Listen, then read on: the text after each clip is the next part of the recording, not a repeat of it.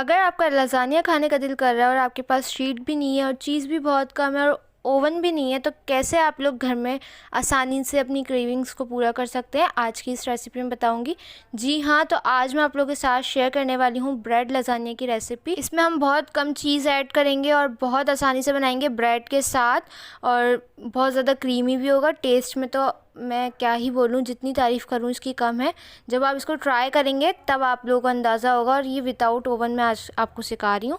तो आइए इसको बनाना स्टार्ट करते हैं। सबसे पहले पैन के अंदर 4 टेबल स्पून ऑयल ऐड कर दें। इसके बाद आपने 1/4 कप प्याज शामिल करनी है, जिसको मैंने डाइस्ड फॉर्म में काट लिया है, जिस तरह आप ऑमलेट के लिए काटते हैं। इसको हल्का सा सौते करें, इतना कि ये थोड़ा सा सॉफ्ट हो जाए। उसके बाद मैंने इसके अंदर बोनलेस चिकन ऐड कर दिया, तकरीबन 250 ग्राम है ये। आपके पास अगर इसकी क्वान्टिटी कम है तो आप इसको बॉयल करके श्रेड करके इस पॉइंट पर ऐड कर दो। इतना फ्राई करें 1 मिनट तक।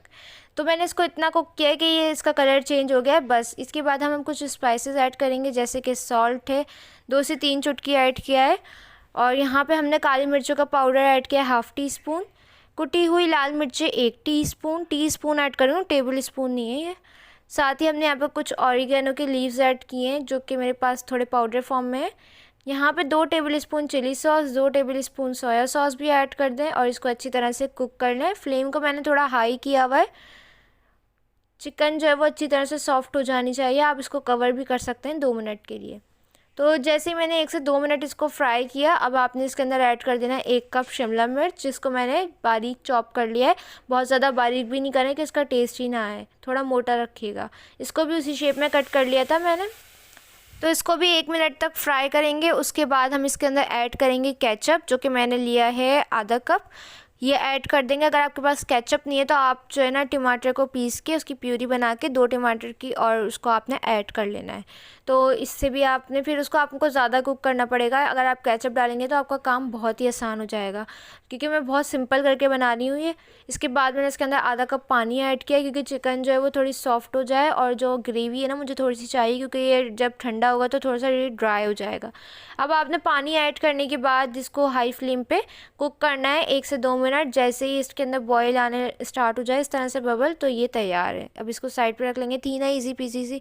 अब इसकी वाइट सॉस बना लेते हैं। ये बहुत ही आसान है, इसके अंदर भी मैंने कोई चीज़ ऐड नहीं करी, और टेस्ट बहुत मज़े का आता है।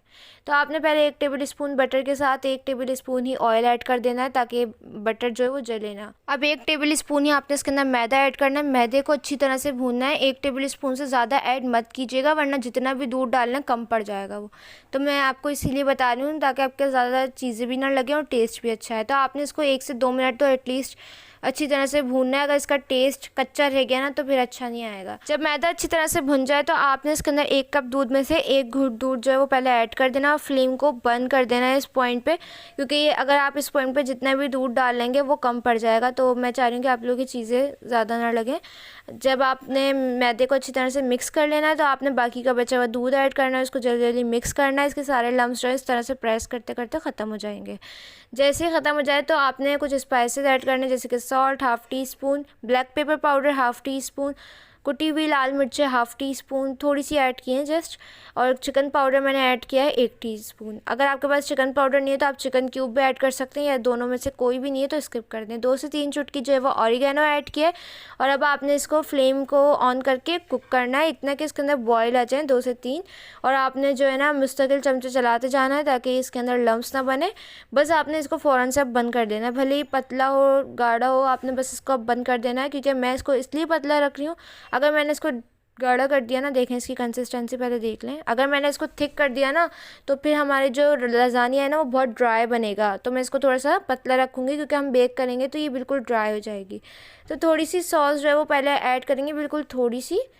लेयरिंग का टाइम हो गया है, बहुत आसान रेसिपी है ये, ज़रूर ट्राई कीजिएगा। तो बस आपने थोड़ी थोड़ी सी सॉस जो फैला देनी है, ताकि हम ब्रेड के स्लाइसेस रखें तो वो ड्राई ना हो नीचे से और वो जले भी ना।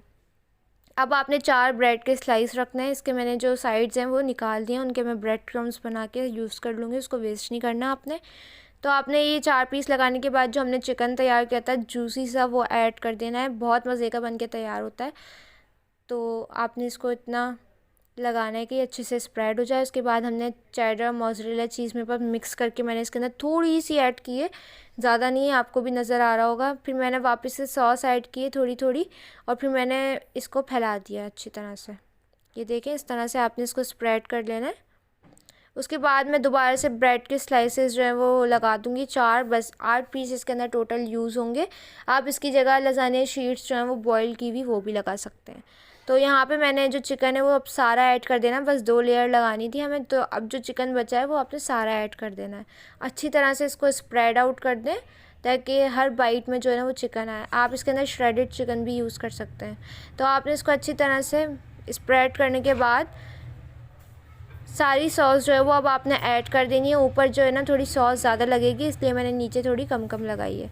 तो सारी सॉस ऐड करके इसको स्प्रेड आउट कर देंगे पूरे में, ताकि ये अंदर तक एब्जॉर्ब हो जाए और हमारा जो लसान्या है वो बहुत ज़्यादा जूसी बने।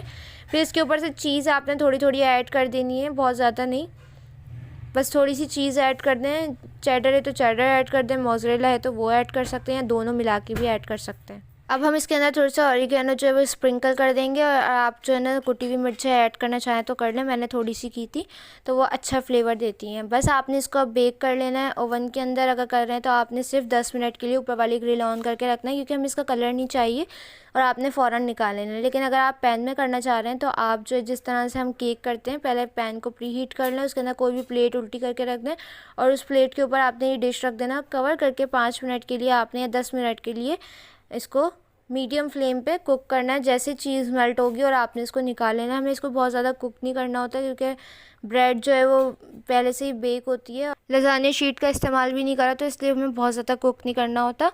बस आपने 10 मिनट बाद इसको पैन से निकाल लेना, और ये आपका लसान्या जो है वो इजी पीजी सा बन के तैयार हो जाएगा। ज़रूरी नहीं आपके पास जैसे मेरा डिश था वैसे ही हो, आप इसको फ्राइंग पैन में भी लगा सकती हैं। फ्राइंग पैन को रख दें फ्लेम के ऊपर, और 5 मिनट के बाद आप इसको निकाल लें। तो ये ज़बरदस्त सा लसान्या देखें कितना क्रीमी लग रहा है, और ऐसा लग रहा है हमने इसके अंदर बहुत चीज़ डाली है, और इसका टेस्ट वाकई में बहुत मज़े का था।